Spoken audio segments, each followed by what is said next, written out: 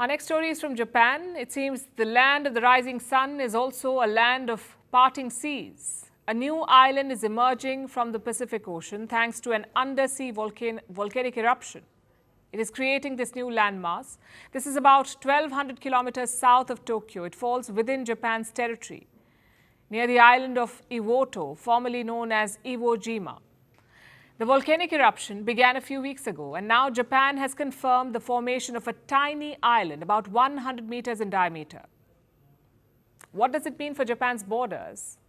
And what will be the long-term impacts? Our next report has the answers. Indonesia should watch its back. There's another nation vying for its title, another contender for the moniker Land of a Thousand Islands.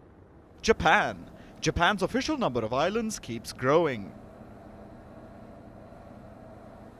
Earlier this year, Japan discovered it had almost double the islands it had previously counted, and now another one's being added to the list. Far to the south of Tokyo, in the middle of the Pacific Ocean, a new island is emerging from the sea. It's being formed as we speak. It's off the coast of Iwoto Island, which was previously called Iwo Jima.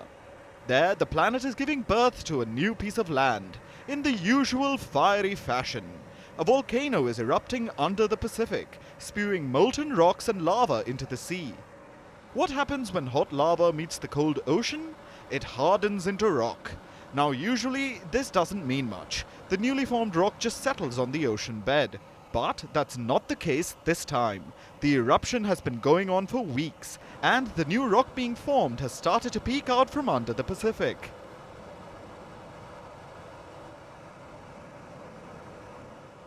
The island is presently tiny. It's only about 100 meters in diameter and barely 20 meters above the ocean surface. But even though it's small, it still counts as an island, which brings up Japan's island count, at least for a while. We don't mean to sound pessimistic, but the truth is, not all islands make it.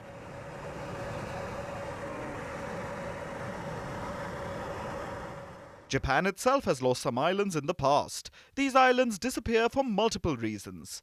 One cause is nature's fury. What the earth gives, it can easily take away. It just has to send a tsunami or typhoon the new island's way. The force of these disasters can transform a fledgling island and drag it back under the ocean. But an island's death isn't always so dramatic. Sometimes it's just ordinary waves that do the job. A new island needs time to solidify. Initially, it's composed of ash and volcanic rock fragments mashed together. This isn't the most stable combination, allowing normal waves to whittle away at the unstable landmass, enough to break it apart sometimes. To ensure a long life, the island needs to be given stronger building material, which means lava from a prolonged volcanic explosion. A good supply of lava will cool to form a stronger island. The new island off Iwoto may not get this luxury. The underwater eruption forming it seems to be slowing down already, so the tiny landmass may end up as a temporary addition to Japan. Which brings us to the next question.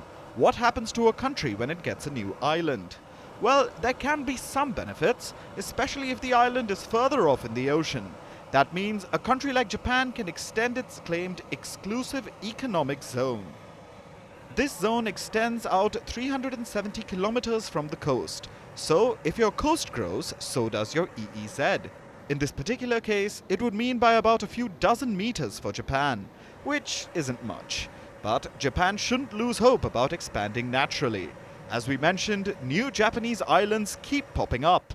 The country is situated in a volcano-rich zone, known as the Pacific Ring of Fire.